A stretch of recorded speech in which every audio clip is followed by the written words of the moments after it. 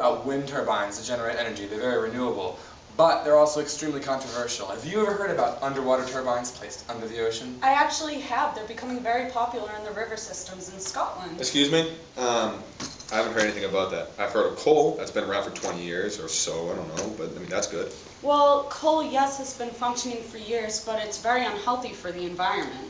We need to build renewably and sustainably if we want to continue our existence on this planet. Turbines consist of a shrouded turbine placed underwater but directly in the way of the current. The turbine is connected to a gearbox which is connected to an electricity power generator so they can generate electricity. Because the density of water is much greater than the density of air, the turbine does not need to spin nearly as fast as a wind turbine would have to spin to generate the same amount of electricity. And wind turbines pose no negative effects to the environment. I think coal sounds a lot easier than that, stupid. Are you kidding me? Do your research. Fine.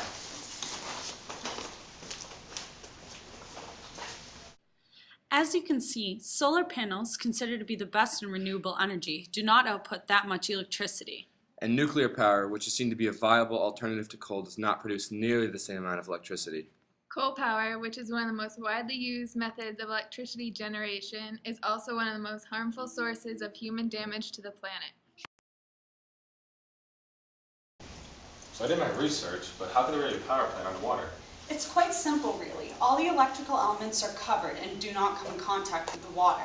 All those turbines are tethered together and run to a power grid on land, which charges a huge battery. And this is better than wind turbines. How? As you should know, water is much denser than air, and the ocean currents are much more reliable than wind. And also, they don't obstruct anyone's view. Tell it to the scuba divers. Even though this technology is not in widespread use, an innovative idea would be to place a funnel on the end.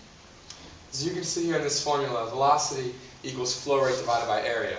This means that if you have a funnel placed over the end of the turbine, you have a given area of water that then would move through a compressed area, which would therefore increase the velocity of the water, because velocity and area, as you can see, are inversely proportional. This increased velocity of water is essentially moving faster than the current, which would then pass through the turbine at a much greater rate, increasing your electrical power output. Obviously, we put a cage over the intake end of the machine, not to damage the wildlife. I was wrong. Underwater turbines are really good. I mean, there's no visible obstruction, they're safe from a renewable energy source, and there's no threat to the environment. Just coal does stuff. I'm sorry. It's a pleasure working with you. Pleasure to you. Thank you. Underwater turbines rock!